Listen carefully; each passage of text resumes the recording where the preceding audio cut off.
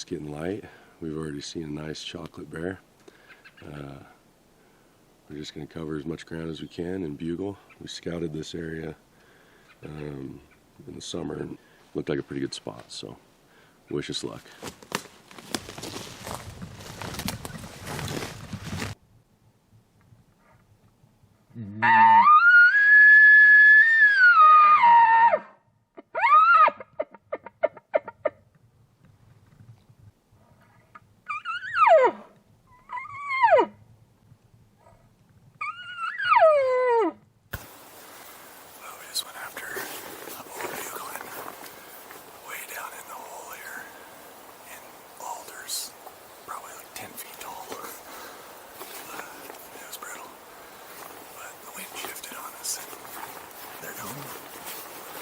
So we're gonna hike back up out of here.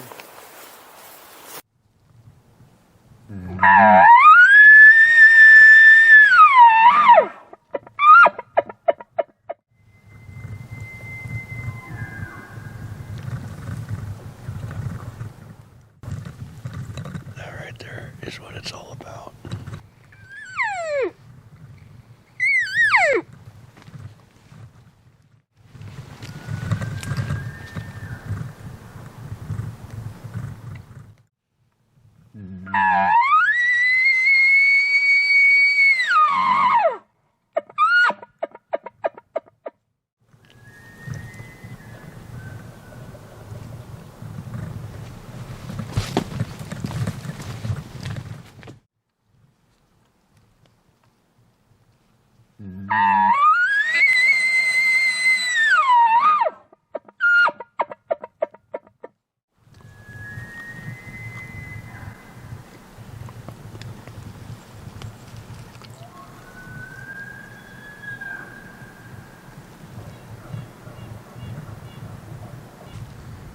I don't think so.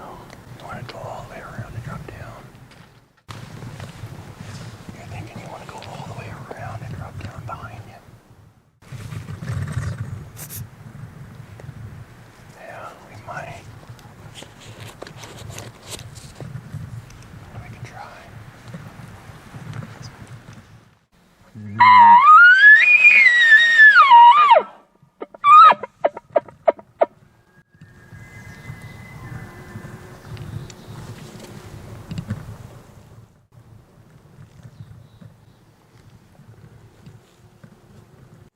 It's hard to say. We can either drop down this way or we could come around.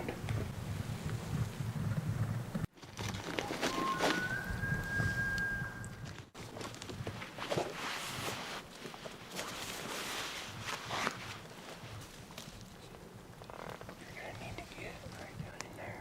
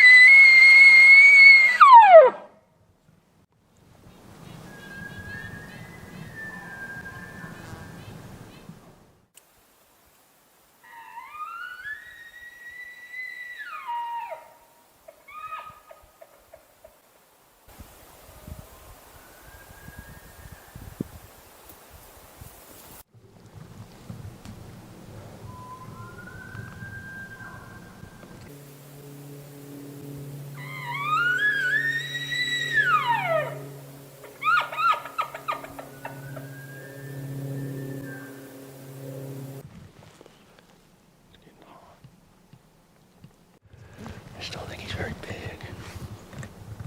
It seems like a younger bull by himself, so try not to be too aggressive with him.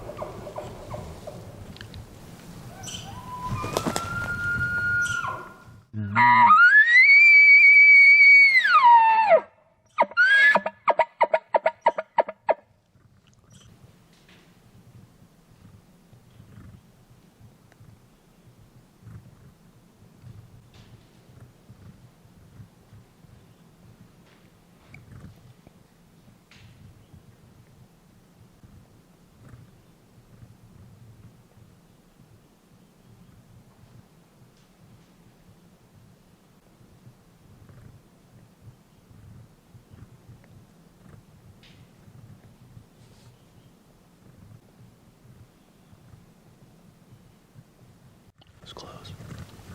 Like Chris had him about 15 yards. Wind is real swirly in here. We're down this bottom now where he was at. And he moved up to get my wind. It's just so thick in here. Chris didn't have a shot at him.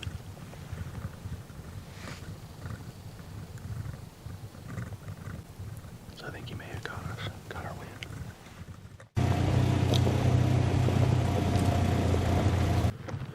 It's the morning of day 2. Just getting some low-K bugles out. We're in a new area we haven't been before, so.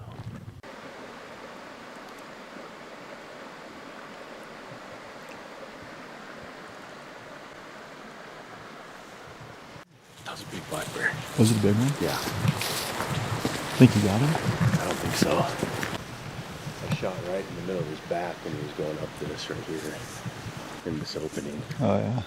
So he probably But saw us. he came down to here, and then he went back up there. And as soon as he got into that opening, I let it rip. But he didn't act hit. And then he went, as he peeled through there, I shot again through here twice. I was just waiting to see him roll down. I know. That's what I was hoping for, but I saw him when he came down right here. I heard something, right? Did you hear it? Yeah. I heard something, and I look over.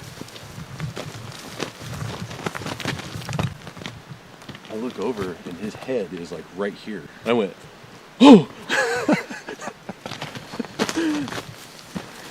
That was crazy. I'm just glad it wasn't a grizz. No, it was just a big black bear. Not even 15 yards. Oh yeah. Too bad he didn't come all the way out right there. Oh, I'd have just... That was incredible. We're sitting here minding our own business, having breakfast.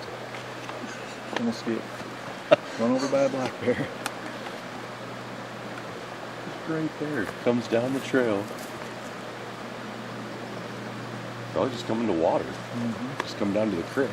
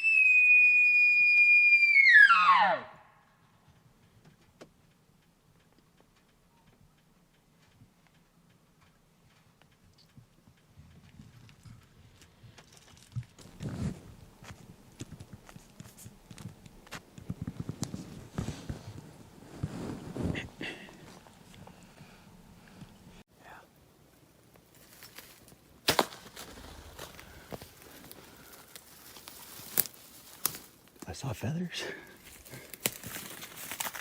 Grouse taco. It's money. Oh.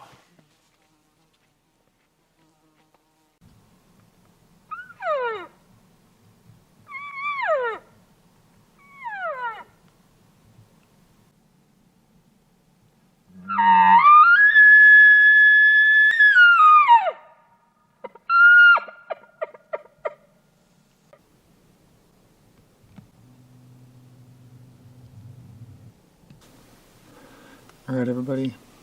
I think it's day 6, 7, something like that. We hunted the first weekend, got into elk, had bulls going to 2 of the 3 days. Storm rolled in, started snowing on us. We had to go back to work, came back out to a different spot. We got into elk really good here last year, so we thought we'd come back. Then the smoke rolled in. I don't know if you can see it in the background, but man, we got a lot of smoke. It is thick, and everything just shut up. So we've been doing grouse hunting. I don't know, just got to keep at it. That's why they call it hunting. Elk hunting especially, you just got to stay with it. We got a couple weeks, and the weather's going to turn at some point, and we're going to get a bull down at some point. So we just got to stay with it, stay persistent, stay mentally strong, and do what we can.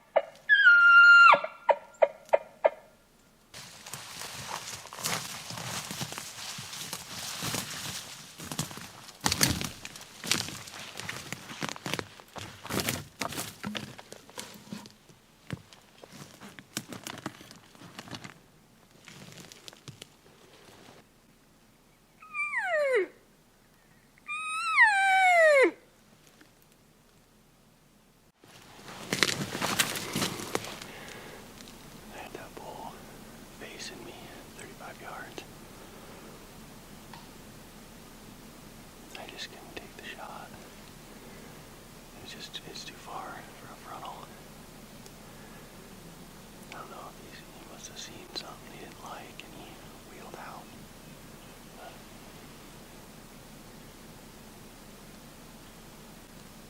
I don't think he's that spooked, so we're gonna push him, see if we can't get back on him. He's a giant bull. Big, heavy. Looked like he had 8 on one side, but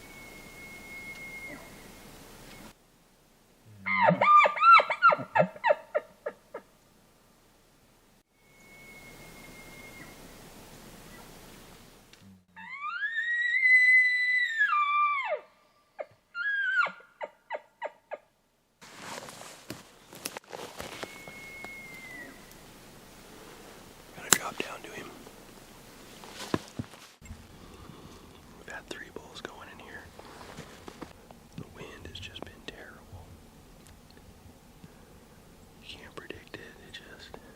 It's just swirling in this bowl. They're fired up pretty good this morning. I don't even remember what day it is. I think it's like 12 or something. We had about a week of smoke. That really put them down, and they didn't want to talk at all.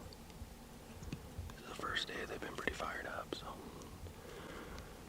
we're gonna keep at it. Hopefully get one.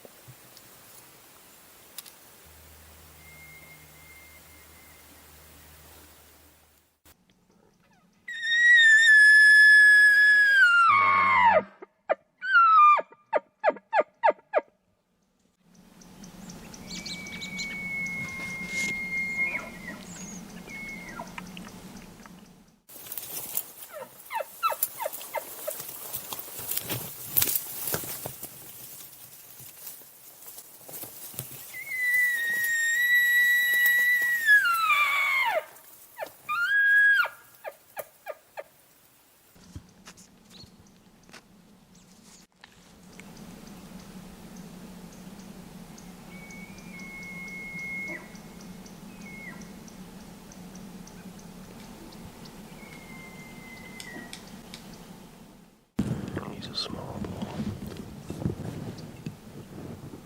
I'm trying to not intimidate him too much. We're already a long ways down in the hole right now, so the wind is terrible. But I think it's so steep right here that it's just blowing right over the top of him. If he's gonna growl at me like that, we're gonna go kill him. I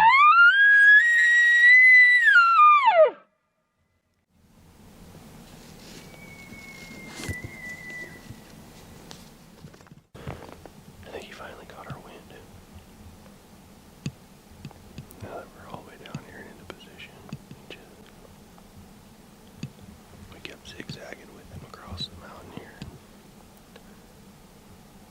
playing the cat and mouse game with the wind, and it just didn't go in our favor this time. We're saving trees here, okay? We're after the tree destroyer. I don't know what's happening here. The wind is going right at that bull. I think once you've been out here for 12 days straight,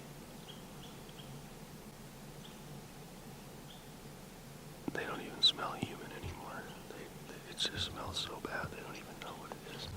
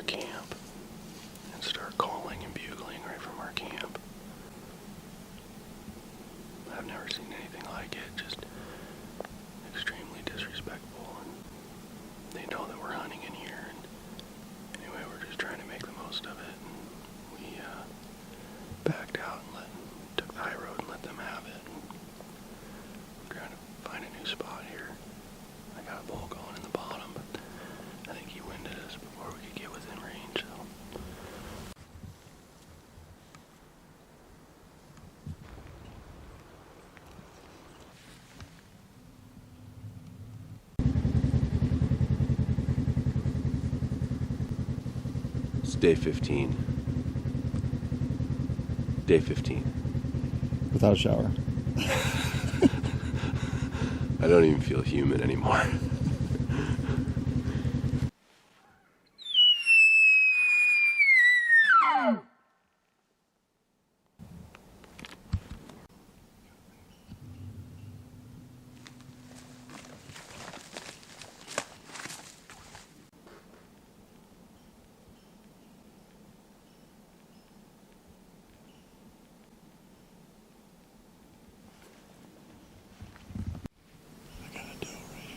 Is he big? The bigger one's down low, I think. That buck is down below. It's a pretty good buck. They only have one lane, he has to come into it.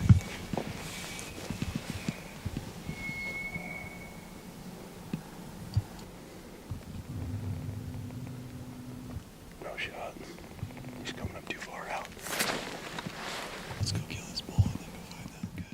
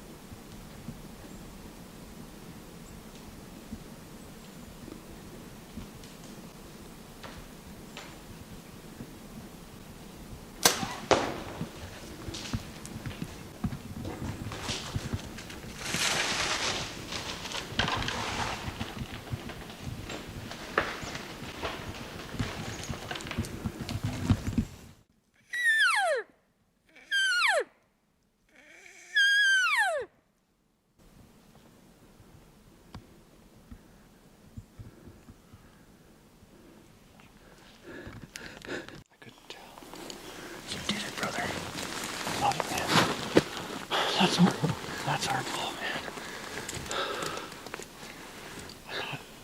The way it looked like he hit him good. It looked like it was back lungs. This was it, dude. This was it. It was 8:36 when I hit him. Now he was quartered away from me. But I'm downhill. I hope it's not too far back, dude. And you got him going with your challenge bugle.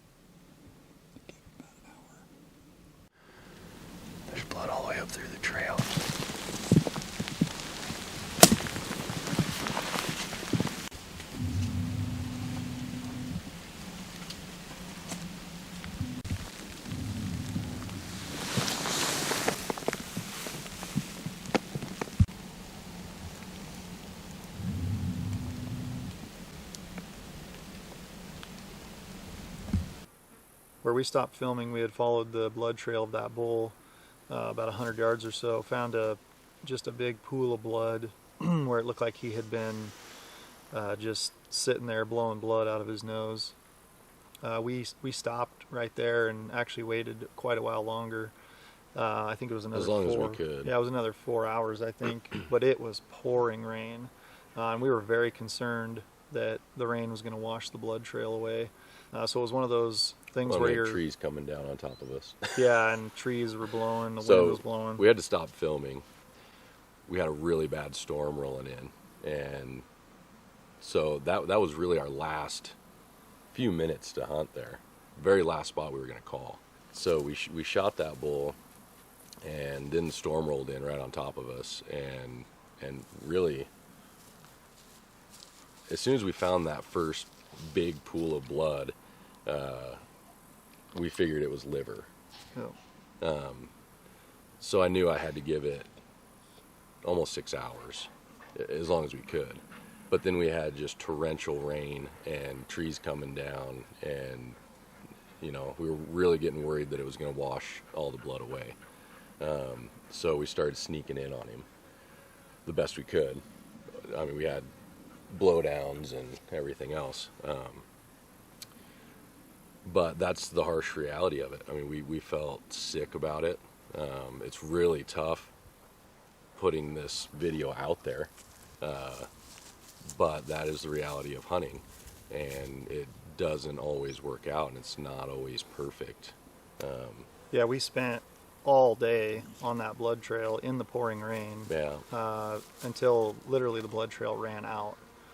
We were following what we thought was his tracks with no blood for a couple hundred yards. Yeah. That bull, I don't think he knew he was hit. Yeah. And he just kept running and running. I think it was over 3 miles. We tracked him. So we continued to go up there. A few days after that, it was almost 4 feet of snow. Yeah. Up there on that peak. So we just got shut out. We just couldn't get back up there. So it sucks, but that's the way it is, and we try to learn from it and do better next time. When I play that shot back in my mind over and over and over again, he was quartered away. It was 30 yards. When I saw my arrow hit, I'm aiming for that off leg, and he had just stopped. And you can't see that in the video, but when he stopped, I torched it off, and I had a clear lane. There was nothing in the way, and when my arrow hit, I saw that arrow tail, instead of passing through the way I intended. I saw that arrow tail off and come into him, and for whatever reason that arrow tailed, and I think I got liver instead of lungs, or one lung and liver. So that's hunting.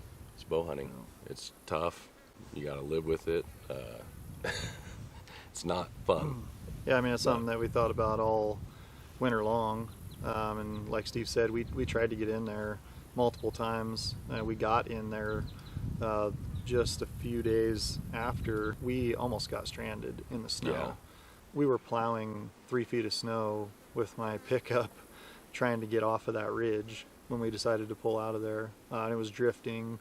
It was bad. I mean, we almost had to hike 30 miles out in like 3 or 4 feet of snow. Yeah. Because there was nobody within probably at least 20 miles of us. Yeah. And then we went in this spring looking, trying to find the deadhead down in that draw where we think he went, and no luck. Maybe somebody else picked him up. Yeah. But yeah, I mean, we gave it everything we could to try to find that bull at the time, and then after the fact, and unfortunately we weren't able to come out with it. We hope you guys like this video. We realize that it's a lot of back and forth calling, and that might be a little too much for some people, but it's just the two of us, and it's extremely thick in there, and we're doing the best we can to get bulls on film. a lot of times where we're hunting it's so thick that they could be 20, 30 yards in front of us and we can't even see them. So Yeah, I mean, there was multiple times where we had bulls under 30 yards and we couldn't see them. yeah, You know, some of those alders are 12 feet tall. It's thick. It's a thick area. The elk, the elk love it. Yeah, the elk For a love it. reason. They are protected in there because nobody wants to go in there. Yeah. So we're dumb enough to try. But yeah, it's a lot of fun. I mean, we got on some really good bulls, had great encounters. Yeah, it was a great year. It was challenging. I mean, we had that couple weeks of heavy smoke that put them down, but it was a good year though. 15 days straight to only let one arrow go was brutal, and then to have the door slammed on you right at the end was painful. Yeah, just like every hunting experience, you know, what happens, you know, you learn from it, you grow from it, and then like in this case, it is extremely motivating because you want to work hard and make sure you're doing everything you can to not allow, you know, that to happen again. What happened to us this year? It's definitely been a motivating factor for this winter and this spring, and we can't wait to get after it again. So with that quartering away shot, I've been using the shuttle T-lock broadheads for I don't know, 8 years now, and I've had a lot of success with them.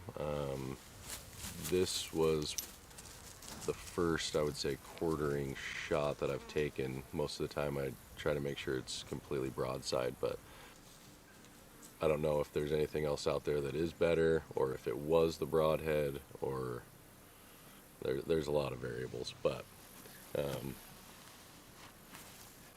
any of you out there, have you guys had this similar experiences with the shuttle T-lock? If you have, comment below. I'd love to hear about it. And maybe just let us know what you're using and what you've had success with quartering shots, quartering away, or quartering to. Always try not to take a quartering to shot, but yeah, please leave a comment below about what broadhead you are using. We'd love to hear from you, just to know what everybody's using out there.